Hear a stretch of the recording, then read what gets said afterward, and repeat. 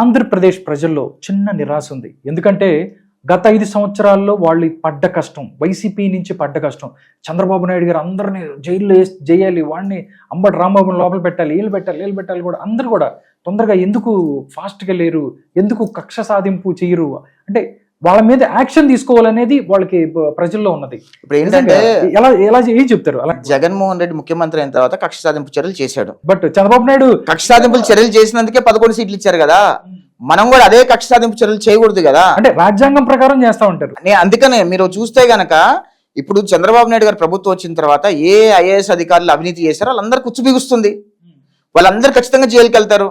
ఎక్కడా కూడా కక్ష సాధింపు చర్యల్లో భాగంగా రాజకీయ నాయకులను తీసుకొచ్చి 3rd డిగ్రీ చేయడం, ఎట్లయితే జగన్మోహన్ రెడ్డి రఘురామకృష్ణరాజు గారిని కొట్టారు, దేవినేని ఉమా గారిని కొట్టారు, పట్టాభి గారిని కొట్టారు, ఇలా ఎంతమంది రాజకీయ నాయకులను కొట్టారు, 3rd డిగ్రీ ప్రయోగించారు. అలా చేయాలంటే 2 నిమిషాలు పట్టదు చంద్రబాబు నాయుడు గారికి, 2 నిమిషాలు పట్టదు. జగన్మోహన్ రెడ్డిని తీసుకొచ్చి లోపలేసి ఉతకడం పెద్ద 2 నిమిషాలు పట్టదు చంద్రబాబు నాయుడు గారికి. కానీ చంద్రబాబు నాయుడు గారు రాజ్యాంగం, అంబేద్కర్ గారు రాసిన రాజ్యాంగంలో పనిచేస్తున్నారు, రాజారెడ్డి రాజ్యాంగంలో పనిచేయట్లా. అందుకనే రాజారెడ్డి రాజ్యాంగంలో ఏంటంటే జనాల్ని చంపమని చెప్తుంది, జనాల్ని ఇబ్బంది పెట్టమని చెప్తుంది, ప్రజల్ని చంపేయమని చెప్తుంది. కానీ అంబేద్కర్ రాజ్యాంగం ఏం చెప్తుంది? ప్రజలకు అండగా నిలబడండి, ప్రజలకు న్యాయం చేయండి అని చెప్తుంది. సో చంద్రబాబు నాయుడు గారు రాజారెడ్డి రాజ్యాంగం ఎంచుకోవాలా, బిఆర్ అంబేద్కర్ గారు రాజ్యాంగం ఎంచుకున్నారు. కాబట్టి కక్ష సాధింపు చర్యలు చేయకుండా ఎవడెవడైతే ఎక్కడెక్కడ తప్పు చేశారో వాళ్ళందరి మీద కేసులు పెట్టి త్వరితగతిన విచారణ చేసి వాళ్ళు శిక్షలు పడేలా ఖచ్చితంగా చేస్తారు.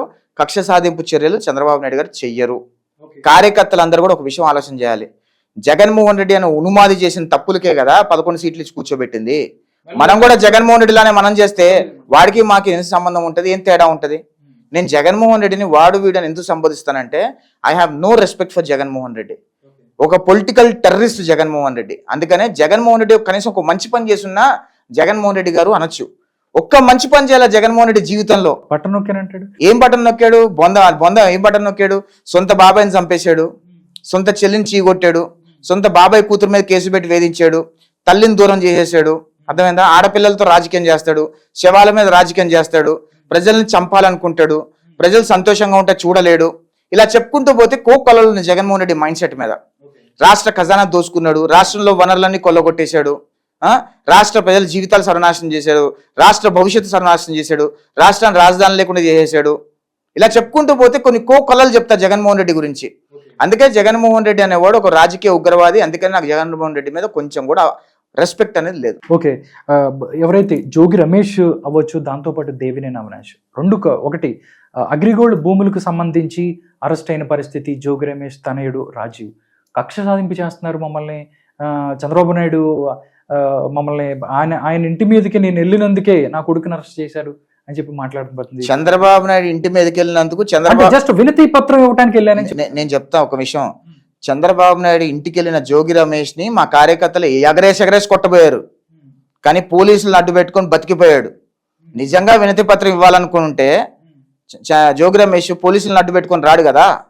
పోలీసులను అడ్డు పెట్టుకొని వచ్చాడు కాబట్టి అక్కడ కార్యకర్తలు కారు కూడా కొట్టారు. మేము అధికారంలోకి వచ్చిన తర్వాత నిజంగా రివెంజ్ తీసుకోవాలి అనుకుంటే జోగి రమేష్ ని లిఫ్ట్ చేయడం 1 మినిట్ పని. మాకు చంద్రబాబు నాయుడు గారు మా కార్యకర్తలను ఉసుకోనంటే జోగి రమేష్ ని వాళ్ళ ఇంట్లోంచి రోడ్డు మీద లాక్కొచ్చి బట్టలు ఊడదీసి, గుండు కొట్టి, గుడ్డలు ఊడదీసి, గాడిద మీద కూర్చోబెట్టి ఈ ఊరేగిస్తారు మా కార్యకర్తలు. కానీ చంద్రబాబు నాయుడు గారు పని చేయలా. నిజంగా ఎక్కడైతే అవినీతి జరిగిందో, ఏదైతే తప్పులు చేశారో దాని మీద కేసులు పెట్టి దాని ద్వారానే జైల్లో పెట్టడం జరిగింది. ఓకే, అంతేగాని జోగి రమేష్కి ఈ రోజు కులం గుర్తొచ్చిందా? మరి జోగి రమేష్ అధికారంలో ఉన్నప్పుడు ఒక బీసీ చిన్న 18 ఏళ్ల బాబు అమర్నాథ్ గౌడ్ అనే వ్యక్తిని చేతులు కట్టేసి సజీవంగా పెట్రోల్ పోసి చంపేసినప్పుడు ఎక్కడ పోయాడు జోగి రమేష్? అప్పుడు కులం గుర్తురాలేదా? అప్పుడు సామాజిక వర్గం గుర్తురాలేదా? అప్పుడు కులాలు వద్దంటాడు ఆయన. అదే అంటారా, కుల రాజకీయాలు చేయొద్దు అంటాడు. ఈయన దగ్గరకు వచ్చేసరికి మాత్రం కుల రాజకీయాలు చేయొచ్చు, కులం గుర్తొస్తుంది, ఈయన రాజకీయాలన్నీ గుర్తొచ్చేస్తాయి. అసలు నేను ఇందాక చెప్పే కదండి, వైసీపీలో ఉన్న వాళ్ళందరూ కూడా రాజకీయ ఉగ్రవాదులు, కొంచెం కూడా మనస్సాక్షి లేని వాళ్ళు. రాష్ట్ర ప్రజలు సంతోషంగా ఉంటే వైసీపీ నాయకులు ఎవరు చూస్తూ ఓచుకోలేరు. రాష్ట్ర ప్రజలు సర్వనాశనం అయిపోవాలి అని కోరుకునే వాళ్ళు వైసీపీ రాజకీయ నాయకులు మొట్టమొదటి స్థానంలో ఉంటారు. దాంతోపాటు మీరందరికి కూడా ఎవరైతే మీకైతే ఎలాగైతే లుకౌట్ నోటీసులు ఇచ్చారో అలాగే అవినాష్కి కూడా లుకౌట్ నోటీసులు టీడీపీ ఇచ్చింది, ఎక్కడికి వెళ్లకుండా చేసింది. దానికి సంబంధించి టీడీపీ ఆఫీస్ మీద జరిగిన దాడిలో అని చెప్తున్నాడు. దేని వేసి పారిపోదామని ట్రై చేశాడు. లేదు నేను ఇంట్లోనే ఉన్నాను రమ్మంటే. ఎయిర్పోర్ట్ లో విజువల్స్ కూడా ఉన్నాయి. పారిపోవాలనుకున్నాడు. సరే పారిపోవాలనుకుంటే మరి ఎయిర్పోర్ట్ లోకి వెళ్ళి ఎయిర్పోర్ట్ నుంచి వెనక్కి ఎందుకు వచ్చాడు? ఇంట్లో ఉంటే నిజంగా ఇంట్లోనే ఉన్నాడు అనుకుంటే గనక ఎయిర్పోర్ట్ లో పారిపోవాలనుకుంటే ఎయిర్పోర్ట్ అధికారులు అడ్డుకున్నారు కదా, అడ్డుకుంటేనే కదా మళ్ళీ వెనక్కి వచ్చింది. ఇవన్నీ ఏంటంటే నేను అదే చెప్తున్నా, వైసీపీ వాడు అనేవాడు వాళ్ళు నోరు తెరిస్తే ప్రాణం పోయిన నిజాలు మాట్లాడరు వాళ్ళు అసలు. ఓకే, వైసీపీ వాళ్ళు నిజం మాట్లాడరు. వైసీపీ వాళ్ళందరూ పచ్చి అబద్ధాలు నిజాల్లాగా చిత్రీకరించే ప్రయత్నం చేస్తాడు. జగన్మోహన్ రెడ్డి ఏదైతే చేస్తాడో అదే వైసీపీ ఉన్మాదులు కూడా చేస్తూ ఉంటారు. అంటే మొత్తం ఒకసారి చూసుకున్నట్టయితే వైసీపీకి సంబంధించి మీరు మాట్లాడను అన్నా కానీ అనంతబాబు ఇష్యూ తీసుకుంటే గోరంట్ల మాధవ్ దగ్గర నుంచి అనంతబాబు వరకు, అనంతబాబు కూడా ఎమ్మెల్సీ అంటే పెద్దల సభకి తీసుకెళ్చి ఆయన ఎవరైతే ఇద్దరు దువ్వాడ శ్రీనివాసు దాంతోపాటు అనంతబాబు ఇద్దరు కూడా పెద్దల సభలో ఎమ్మెల్సీలుగా ఉన్న పరిస్థితి. నిజంగా మొన్న అనంతబాబు వీడియో చూసినట్టయితే దరిద్రం దారుణం, ప్రతి ఒక్కరు కూడా అసహించుకుంటున్న పరిస్థితి. వైసీపీలో ఇలాంటి వ్యక్తులు తప్ప నార్మల్ కార్యకర్తలు మంచిగా పనిచేసే వాళ్ళకి పదవులు గానీ ఆయన రావంటారా? అంటే వైసీపీ పార్టీ ఒక సైకో ఉంటాయా? 10 మంటలు చేయాలి, 10 రేపులు చేయాలి, 10 మంది అమ్మాయిలను హింసించాలి, అలాంటి క్వాలిఫికేషన్స్ ఉన్న వాళ్ళకే జగన్మోహన్ రెడ్డి ఎమ్మెల్సీ ఇస్తాడు, లైవ్ వీడియోలు ఆన్ చేయాలి. అలాంటి ఉన్మాదులకే జగన్మోహన్ రెడ్డి ఎమ్మెల్సీ టికెట్లు ఇస్తాడు, జగన్మోహన్ రెడ్డి రాజ్యసభ టికెట్లు ఇస్తాడు, ఎమ్మెల్యే టికెట్లు ఇస్తాడు.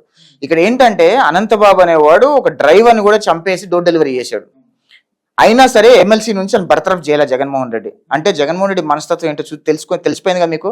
అంత ఓపెన్ గా ఒక డ్రైవర్ని చంపేసినా సరే ఎమ్మెల్సీని బర్తరఫ్ చేయలేదు అంటే జగన్మోహన్ రెడ్డి అనేవాడు వాడు చుట్టుపక్కల ఉన్న వాళ్ళందరూ నేరస్తులు ఉండాలి, ఉన్మాదులు ఉండాలి అని అనుకుంటాడు. ఎందుకంటే జగన్మోహన్ రెడ్డి సేఫ్ ఉండాలంటే ఇలాంటి నీచమైన వాళ్ళు, ఇలాంటి ఉన్మాదులు ఉంటేనే వాళ్ళు సేఫ్ గా ఉంటాడని అనుకుంటాడు. అదే నీతి నిజాయితీ గల వాళ్ళు ఉంటే గనక అమ్మో ఇద్దరిద్దరం మాకు ఎందుకని చెప్పి దూరం వెళ్ళిపోతారు కదా. అందుకనే వైసీపీలో ఒక్క రాజకీయ నాయకుడు కూడా మంచిగా నీతిగా నిజాయితీగా బతికి కూడా ఎవ్వరు లేనండి. అందరూ కూడా ఉన్మాదులు, సైకోలు, టెర్రరిస్టులుగానే ఉన్నారు వైసీపీ వాళ్ళు. అందుకనే రాష్ట్ర ప్రజలందరూ కూడా గుర్తించి గమనించి వైసీపీని చిత్తుగా ఓడించి మూల కూర్చోబెట్టారు. ఒకటి ఎందుకంటే మీరు చెప్తున్నారు వైసీపీలో అంతా ఇలాంటి వ్యక్తులే ఉన్నారని చెప్పింది, కానీ అదే వైసీపీ నుంచి టీడీపీ పార్టీకి చాలా వలసలు వస్తున్నాయి. మోపిదేవి వెంకటరమణ అవ్వచ్చు, బేదా మస్తాన్ రావచ్చు, దాంతోపాటు ఇంకా చాలా మంది లిస్ట్ ఉంది. మొత్తాన్ని అంటే జగన్మోహన్ రెడ్డి అనే వ్యక్తిని అష్టదిగ్బంధనం చేసి చంద్రబాబు నాయుడు ఆయన్ని అష్టదిగ్బంధనం చేశాడు. ఎప్పుడు ఏ రాజకీయ నాయకుడు బట్టలు తీసి మాట్లాడుకుంటే వీడియో వస్తుందో తెలియని టెన్షన్లో జగన్మోహన్ రెడ్డి ఉన్నాడు. మిగతా అన్ని టెన్షన్ పడుతూ ఉండగా ఆయన పార్టీ నుంచి జనాలను తీసుకుంటున్న ప్రయత్నం చేస్తున్నాడు. ప్రభుత్వ వైఫల్యాల మీద మాట్లాడనివ్వకుండా ఆయన్ని స్ట్రిక్ట్ ఆన్ చేశారు అని చెప్పి మాట్లాడుకుంటారు. పరిస్థితి నిజమేనంటారా? వైఎస్ఆర్ కాంగ్రెస్ పార్టీని మేము ఎక్కడ ఎవరిని తీసుకోవాలనుకోవాలా. ఓకే, వాళ్ళు స్వతహాగా వస్తామని అంటున్నారు. మాకు తీసుకోవాల్సిన అవసరం కూడా లేదు మాకు అసలు. ఓకే, మాకు 164 వచ్చినాయి, మేము ఎవరిని తీసుకోము.